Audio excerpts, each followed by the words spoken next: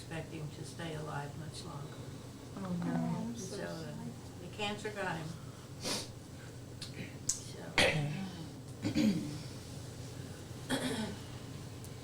Just prayers right now? Hmm? Just prayers right now? Well, you can do praise reports. That's I fine. have a praise report. Okay. You prayed for me and it's all gone. I haven't had no more attacks, no more pain, and no more crawly things. Praise Jesus. Okay. Any other praise reports? Abby quickly looks away. Yeah. The worship night last night turned out pretty good, so. Yeah, that was really good. Having issues with A sister that's struggling with issues. A lady's, a friend's sister. Go with that. Okay. Smooth. It's not my sister. I know. I would just say a sister of mine because I have so many, so no one would know which one I'm talking about. I have a cool, kind of funny praise report, but it's because I was making fun of a friend of mine. Have you ever, like, there's mixed opinions about this, but, like, I'm one of those people who if you have a piece of paper or plastic and there's, like, a fire there and it's just one thing, I don't care. I'll just throw it in. And I have some friends who are very, like, you do not do that. That's horrible, the ozone layer, all that stuff. Anyway, I was making fun of one the other night and, like, leaned over a fire with a plastic plate and dropped it in. And I was making fun of them, and immediately my whole chair fell into it. Oh, and Lord. I was like holding myself up in my arm, but my foot, I was barefoot because that's just how smart I am, went into like the embers and ashes and all that. Oh. Anyway, afterwards, my smart decisions. Brandon prayed for my foot, and that was Friday night, and then today it's fine. But it hurt, like it was burning. I was pretty convinced I was gonna have some giant welt thing on my foot. And it's fine now. So that's my praise report. Yeah. Yay. God is good. All the time. Okay. Also, we can pray for my friend Gwenny. Just, I don't know. She is in Africa right now doing mission work, and like their team is pretty unified except for like one or two people. I don't know. She just said that we could pray for her. That they could all see Jesus in each other and not be looking for the negative stuff so much. You said Gwenny? That's a cool name. I was Gwendolyn, but she goes by many names. Gwenny. Yeah. Gwenny. Does anybody else have a prayer request? Or a praise report? Lost family. Okay. Okay. I guess we'll go ahead and pray. God, thank you for today. Thank you for all the different praise reports that were mentioned. God, I just pray that each one of the prayer requests would be like, I don't know, that you would just answer it in the ways that only you can, in a way that it would be obvious it was you, God. I just pray for the people who are lost and the different family members of ours who are lost, God, that you would bring them to yourself and that it would be obvious it was you, that it's not us, it's all about you. And just help us all to learn something from the teaching and to just, I don't know, prepare for the message that Mr. Jason's going to bring later. In Jesus' name, amen. Okay, so we're going to talk about jealousy because that's what we're talking about. That's just what we're talking about. It is. I had a really fun conversation the other day with someone about jealousy, and that's kind of what led me to being like, well, I don't know, that's what I thought about when I was asking God what I should talk about. So the definition for jealousy, I also put envy in here because I don't know, I put them together, is the feeling or state of being jealous, a sharp pang of jealousy, which is super helpful. And then envy is a feeling of discontented or resentful longing, aroused by someone else's possessions, qualities, or luck. Does anybody else have a definition for jealousy or envy? Give me about 5 seconds. Okay. You have 5 seconds to come up with something faster than Paige. You can type faster.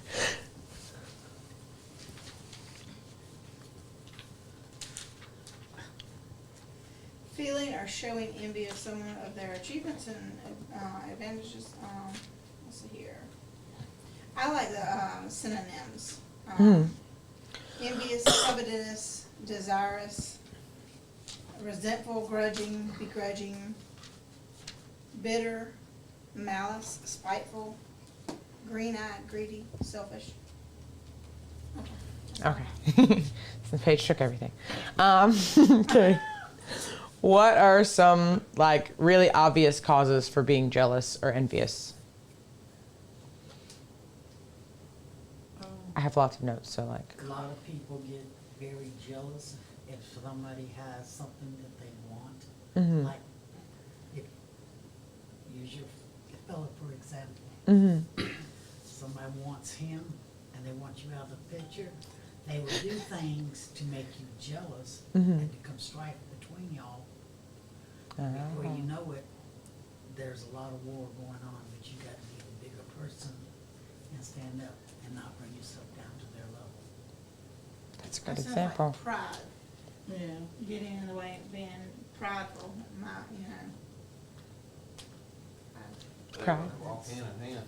What about at church? All kind of jealousy at churches. Oh yeah. That's all I'm saying. I ain't saying nothing else. You get jealous of people who get to be in the sound booth area. Yeah, I don't know why. You don't have to be back there. Oh, there's the strife we're between. Like, just, Yeah. like, is it more like the jealous, like Yes, I gotta get that put in. someone got a new vehicle and you still drive an old one and you're gonna say, well, Well, any kind of envy or jealousy. oh, okay. There's no specifics to Oh, today. okay. A lot of people struggle with jealousy with friends. They don't want their friends having other friends. Yeah. They, you know, that's That's my friend. possessiveness. Mhm. Possessiveness. Yeah, that's the truth. Big time like that with friends. What about, used to be, I don't know if it's still like it, but, like 2008, 10 area, smartphones started becoming more of a thing. Mhm. And they'll come out with a new one every 2 years. Oh yeah. And I mean, it was, he's got the iPhone 6, and he's got the, I got the 7, it was like a badge of honor. I got the Samsung Galaxy Note 327 XYZ. And people are taking loans out Mhm. Get the phone. to get the phone, That's crazy. and don't even know how to work it. I just wanted to make calls, so why'd you get the one that could radio Mars? Yeah. I just want to make calls, don't you wish you had this one? It's great, and it's like, anyway.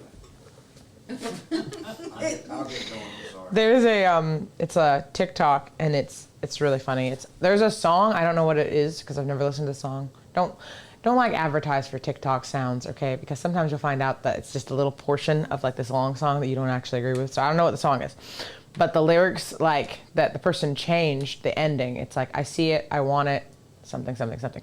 But they changed it so it says, I see it, I want it, I check the price, I put it back. I check the price, I put it back. I was like, yes. That's what I thought as I was writing, was like, yeah, You you're. know what? That guy, I mean, like, to me, somebody's thinking about money, Mm-hmm. price, Yeah. but it's also, what is it gonna cost you?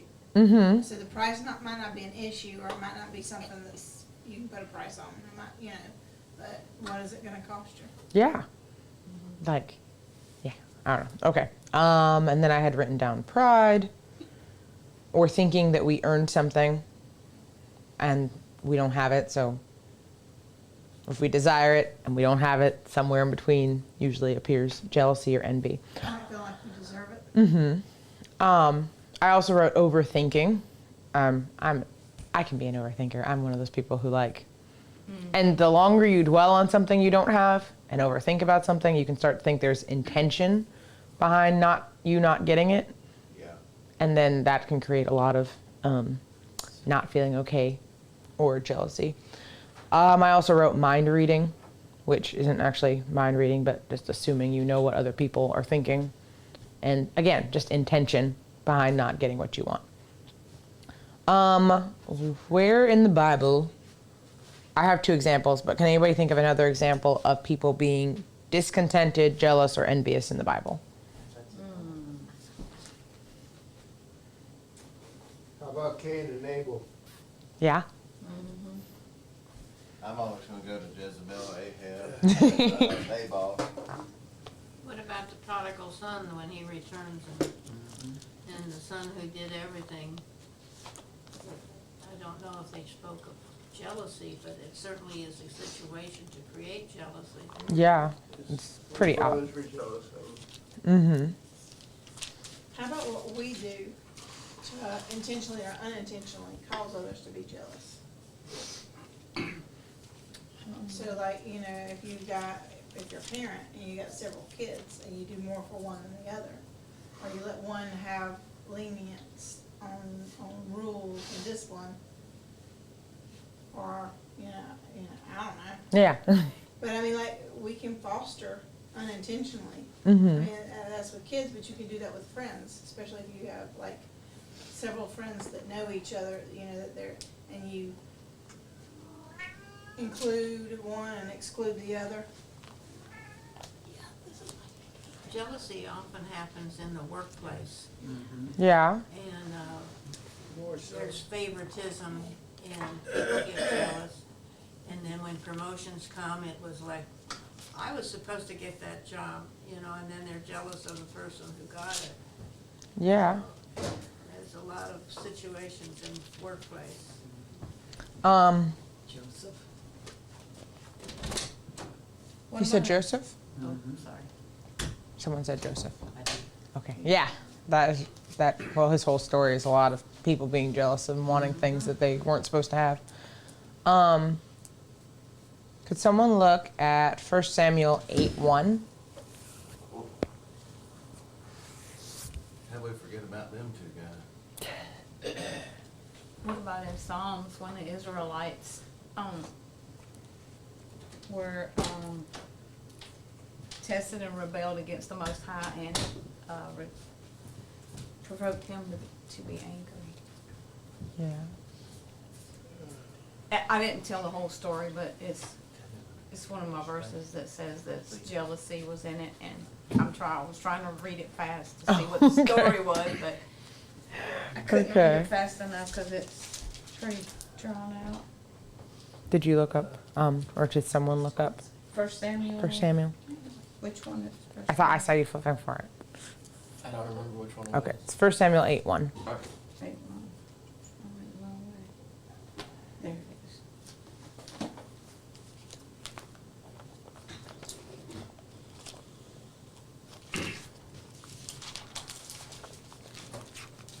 Eight one. Mm-hmm. Just want us there or read it or? you Yeah. reading it? I'm gonna read it. Okay. Okay, so basically it's Israel when it says, when Samuel became old, he made his sons judges over Israel. The name of his firstborn, and it starts going to that. His sons did not walk in his ways, but turned aside after gain. They took bribes and perverted justice. Then all the elders of Israel gathered together and came to Samuel at Ramah and said to him, behold, you are old, and your sons do not walk in your ways. Now appoint for us a king to judge us like all the nations. So, generally speaking, I automatically think, okay, well, the people of Israel are being like, they're interesting because they're just wanting a king, sort of like everybody else has a king.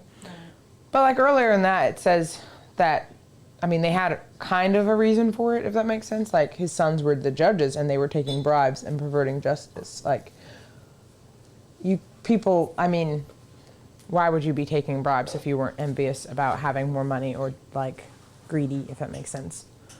And then in Luke 22, What? Luke 22, 24 through 30. It's way on the other side of the Bible.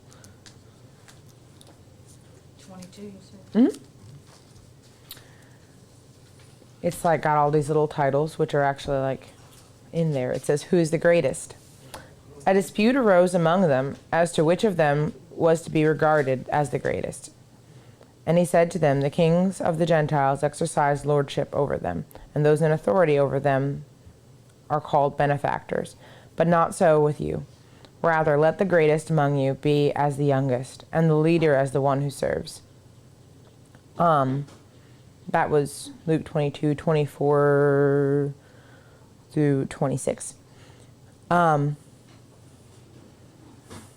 don't really know why you would have an argument about who is the best and who is the greatest if you're not like kind of quietly being envious of somebody who's like, well, they got to go with Jesus on all his little crusades and I had to sit back and cook, or someone had to watch the donkeys or different things like that. I mean, I don't know if they had them. And it's been there since the beginning. Yeah. Yeah. That's how Be the devil grateful gets for, in. for what you have and for what you do. So, okay, the next is a ton of Bible verses, but basically, first one is Song of Solomon 8. Can I say something real quick? Yeah. So, well, I love watching that Chosen series. I've watched it like 3 or 4 times. It's just fun.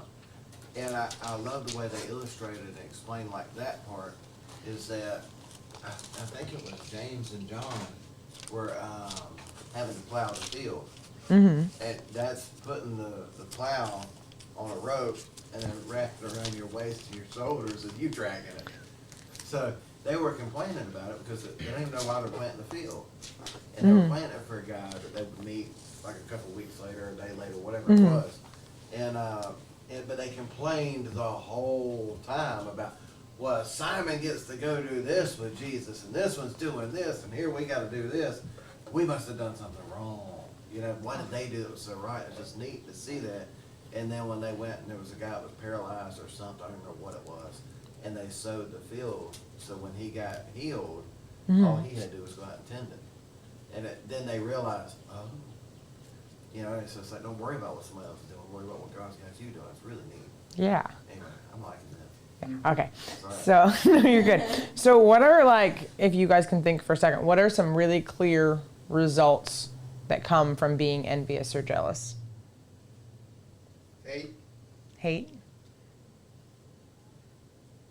Dissatisfaction. Unhappy. There's always, like, more you can get and more you could have. Like, it's hard to ever be just like, I'm no longer envious. That loss of self-worth. Out of God's will. Okay. Yeah, that'd be a big thing. You're completely out of God's will at that point. Okay. So in Song of Solomon 8,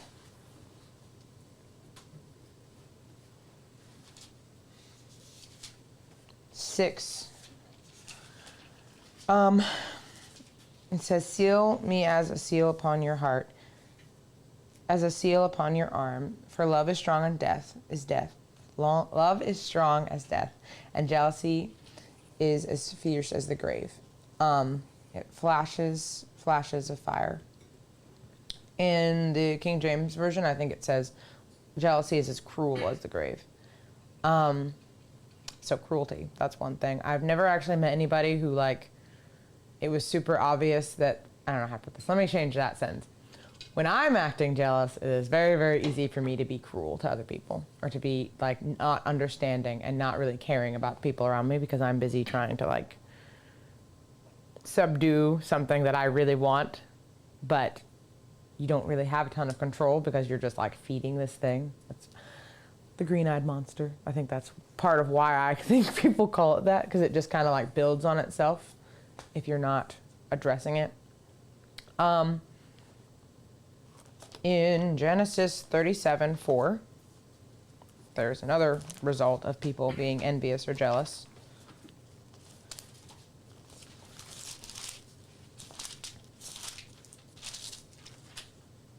Okay. And this is Joseph, actually.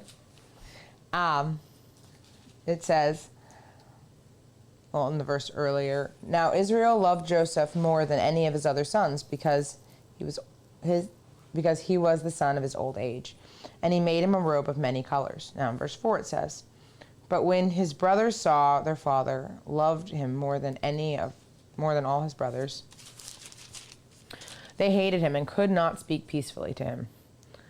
Okay, so has anybody ever not been able to be nice to somebody or to actually be peaceful towards somebody?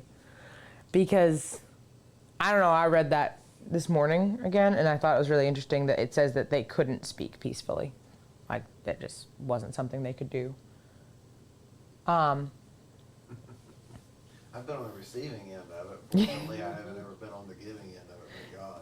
Yeah. But yeah, I've been on the receiving end of it for long periods of time, like years, and it's like, wow. But it's like what it says there, it breeds hatred. Mm-hmm. And a lot of times people don't even know why. Oh no, that's well. You don't know why you're upset about something. There might be something there.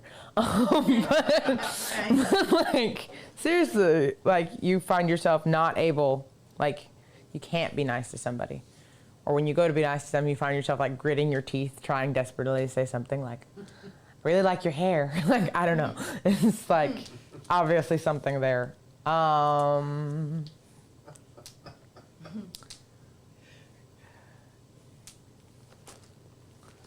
So in Proverbs 14:30,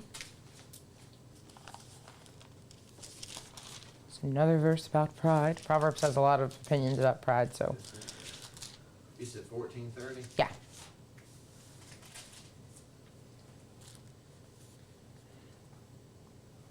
It says, "A tranquil heart gives life to flesh, but envy makes the bones rot." I've read that in very different versions, and basically health problems, because envy and jealousy I'm pretty sure are all just connected with bitterness. Like, that's just, you're not going to meet people who are super bitter who are super healthy. At least I haven't. Or I just assume they're like on the pinnacle of not being healthy and they're super bitter, because it actually like wears down your body. Yeah. I had an experience on a job. I hurt myself on the job, and they denied me workman's comp. The manager did, and I'm not grateful for it, but in a sense, I said, God don't like ugly. She kept me from, I had to walk on my leg for 10 years before I could afford to have surgery to get it fixed. I tore the ligament between my thigh and my knee bone in half on the job. But I had to walk on it for 10 years. And probably about 15 years ago, I found out that her fingertips fell off. That's awful. Yeah, That's such a sad story. her Wow. fingertips fell off. She was a smoker, so I was told that it had That's something. what I thought you said.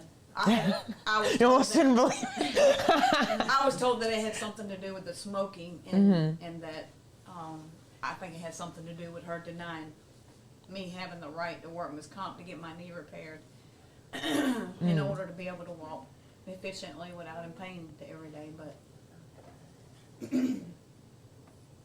I'm sorry that happened to her. But Yeah. Is on that the like hand, where? I felt like it was a lesson, for her, and a answer for me to let me know that it comes around. God takes care of it in His own ways. He said, what is that? I have trouble. Vengeance is mine. Yes. I think it's neat that like God, neat as in it's kind of like insane, but it's also really neat that God like goes out of His way to make sure that we know we're supposed to pray for our enemies, because it just kind of seems like we would instantly be like, okay, well, But what they we're gonna be did- excited when you Yeah. get yours, but like we're actually like that God like even put sadness on our hearts that we're like, wow, that happened to that person. I didn't want them to have bad things Right. happening to them. Yeah. Another thing that is a result of jealousy is worthless striving. In Ecclesiastes 4, verse 4, he says, "Then I saw that in all toil and all skill and work comes from man's envy of his neighbor. This is vanity and striving after the wind." That's kind of like the phone thing that Mr. Jason was talking about, like people literally working themselves into debt just so they can have something a little bit nicer. And like, what makes you think you want something nicer? Or like, I don't know who is on Pinterest, but if you spend a bunch of time on Pinterest, you are very quickly jealous of basically everything. Like, your house isn't nice enough, you don't dress nice enough, your hair is horrible, your skin's not clear enough. Like, there's always something, and there's algorithms on the internet that just, if you click on one thing, it'll show you 20 more things. I know. Your phones listen to you. If you start talking too much about something, go home, talk about baby diapers all day today. Just make sure your phone keeps hearing you say it. Next day, that'll be the thing on all your social medias. Like all these little baby diaper things start popping up, and it's really weird, but it's also just like the whole concept of selling things is to make people wish they had something that they don't have, because otherwise, how would they buy it from you? Like they'd actually have to need it. Oh my goodness. So, so I think we should talk more about Jesus and see what happens. Yeah. You'll probably get like a lot of really cool Christian shirt ads like I do. Not that I talk about Jesus just a ton, but like I notice I get tons of those. I talk, but I generally don't have my phone around when I'm talking. Yeah, you hide it. I feel like I just accidentally, it's just there. Oh, yeah. So in Proverbs 27:4.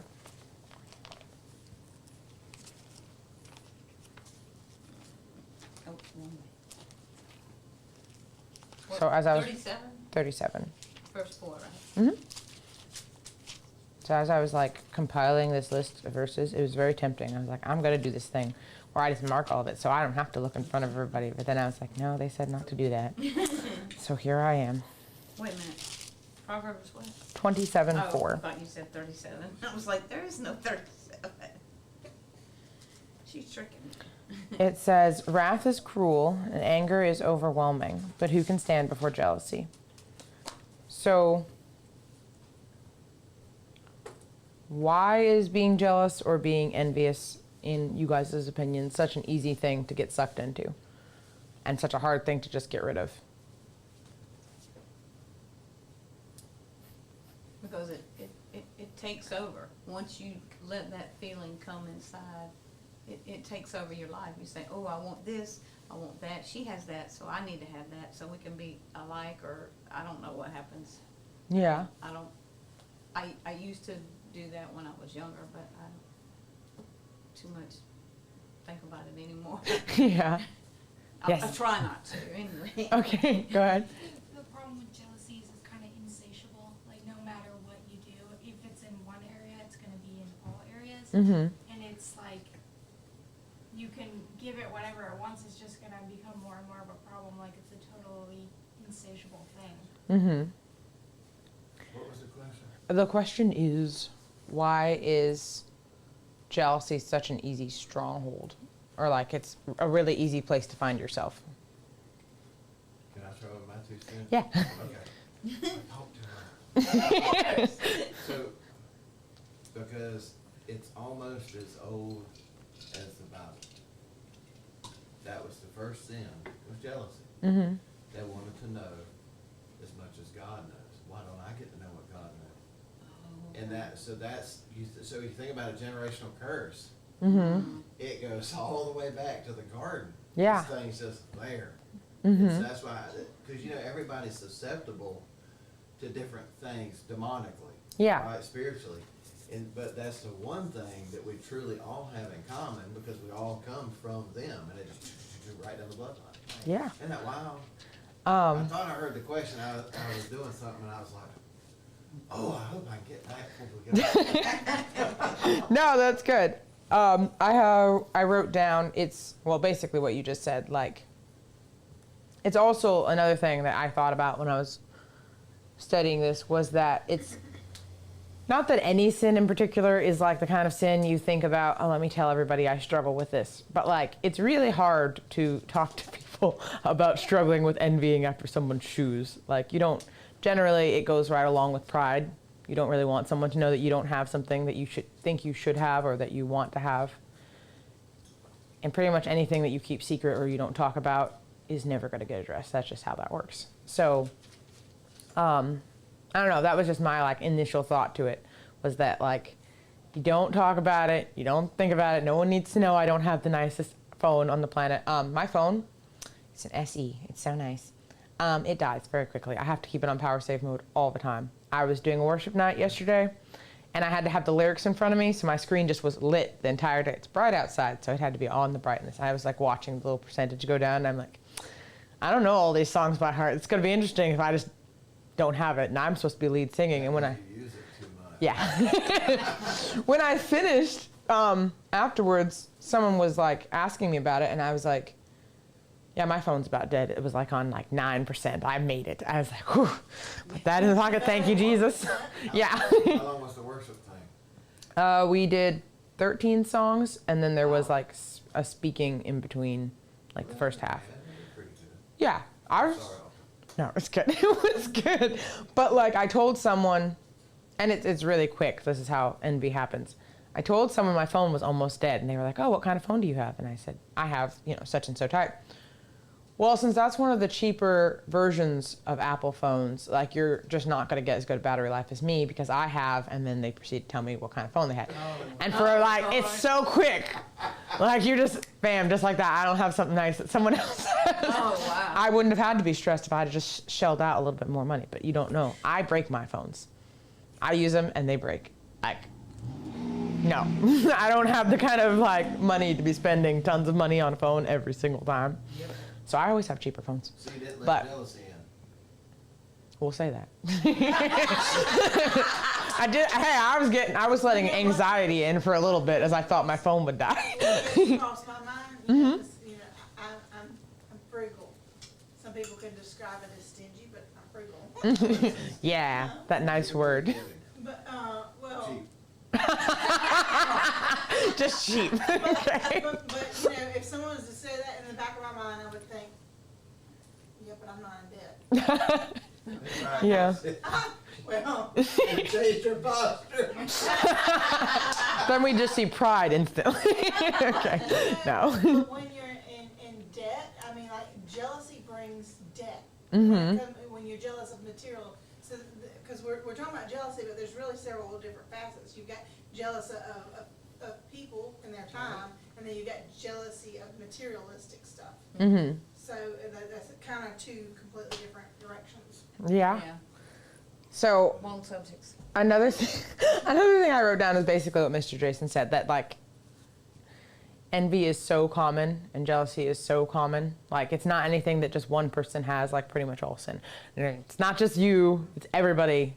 At any given point, if you like have ever babysat a toddler or raised a child, like it's pretty early on that you start seeing jealousy and envy and things like that just appearing out of nowhere. That's mine. You'll like hear toddlers say that. You don't even know them. You just go to a park and listen for a little bit. You'll eventually hear someone screaming, "That's mine." And I mean, by God felt the need to put it in the 10 Commandments, it's kind of like it just keeps reoccurring because it is pretty old sin. So I have 4 verses that I would love if other people would read because I think it'd be fun. So the first one is 1 Corinthians 6, verse 7. Miss Teresa can have that one. You don't get that one. Okay, and someone else can read, I'll tell you when you can read it, but someone else can read Romans 12. Romans 12:3. Who wants to do that one? Volunteers. I can do that. Okay, Joe's gonna do that one. And then the other one is Jeremiah, 12:3, yeah. The other one is Jeremiah 29:11. Ooh, I know that. Who's gonna do that one? I can get that one. Okay. And then the last one is Psalms 37:4. And what was mine again? Yours is 1 Corinthians 6:7. 6. Okay, I was on the right page. She's like, I got this. All right. Do you want to do Psalms, that last one? Psalms 37:4. All right, so basically I had this chat with this super wise man that I know, and it kind of sparked this whole thing to begin with, but he told me, because I asked him, how do you think is a good way to like counteract jealousy, or what's a good way to not be jealous? And I have no idea what context he thought I was talking about it. Like, was I talking about relationship? I don't know. He doesn't know. But I asked him, and he said that the best 2 things he could think of would be apathy and trust. And I just like sat there for a second and I was like, wow, that's really wise sounding. Anyway, apathy, which is basically just not caring, not putting yourself up, like he kind of explained what he meant when he said that, but not putting yourself up so highly that you think that you are deserved or you owe or you're owed all these things. Just don't, you don't need to care so much about what you're owed and what you think you deserve. And trust, like just trusting that God has something lined up next. He has something lined up next. There is something next. And it's not necessarily your business right now. So like those two things together, I don't really advertise for apathy, but those were his words. Anyway, so the first verse I said was 1 Corinthians 6:7. If you want to read that. To have lawsuits at all with one another is already a defeat for you. Why not rather suffer wrong? Why not rather be defrauded? Wow. Yeah, there's just, I don't know. That's very self-explanatory. But like, why not? Because it's not really, it's not your business. Like, it doesn't matter. Then Romans 12:3.